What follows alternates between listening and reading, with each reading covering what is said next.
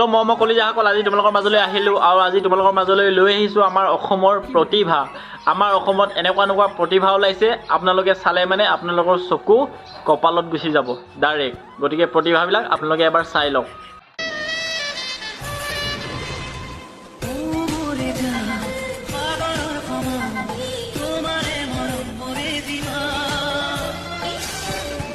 গতিকে তোমালোকে দেখিলা নহয়, ইহঁতকেইটাক দেখাৰ পাছত মোৰ মনলৈ কেইটামান কথা আহিছে।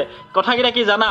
বজাৰৰ পৰা আনিলোঁ মই কণী, ইয়াক দেখাৰ পাছত লাগিছে ই কেলা অসমৰ জনী।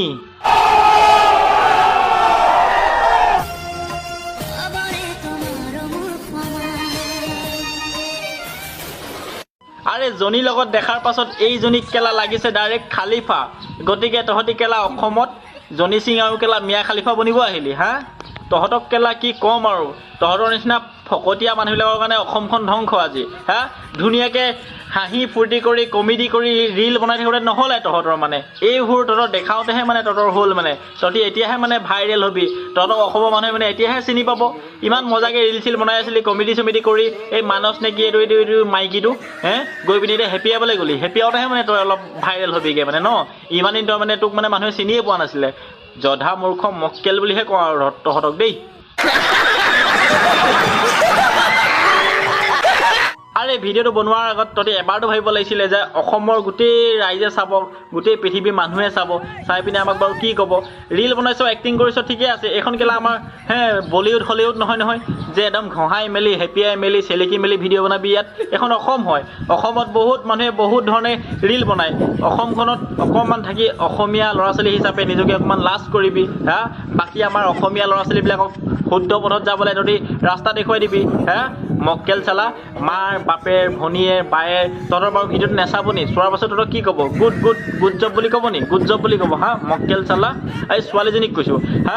তোৰ মাৰ বাপেৰে বাৰু তোক একো নকয় নি হা? এই ছোৱালীজনীক মাক বাপেকে একো নকয় নি?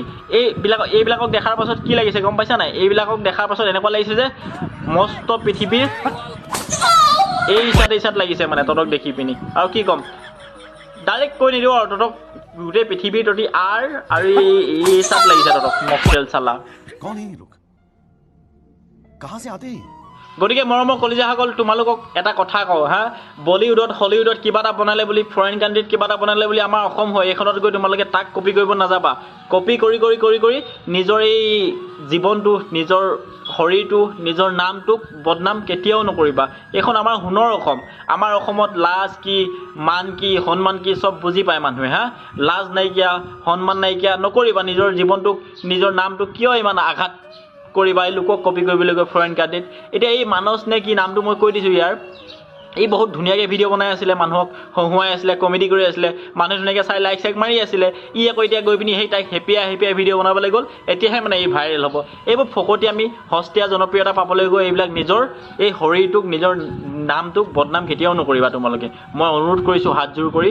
ভিডিঅ' বনাইছা ঠিকে আছে, ভালকৈ বনোৱা, হাঁহি ফূৰ্তি কৰি ৰাইজক এণ্টাৰটেইনমেণ্ট কৰি যোৱা, এইবোৰ দেখুৱাই দৰকাৰ নাই দেই। গতিকে ইয়াকে ক'লোঁ কথাখিনি। যদি ভিডিঅ'টো চাই ভাল লাগিলে শ্বেয়াৰ এটা মাৰি দিবা আৰু। कैसा लगा मेरा मजाक?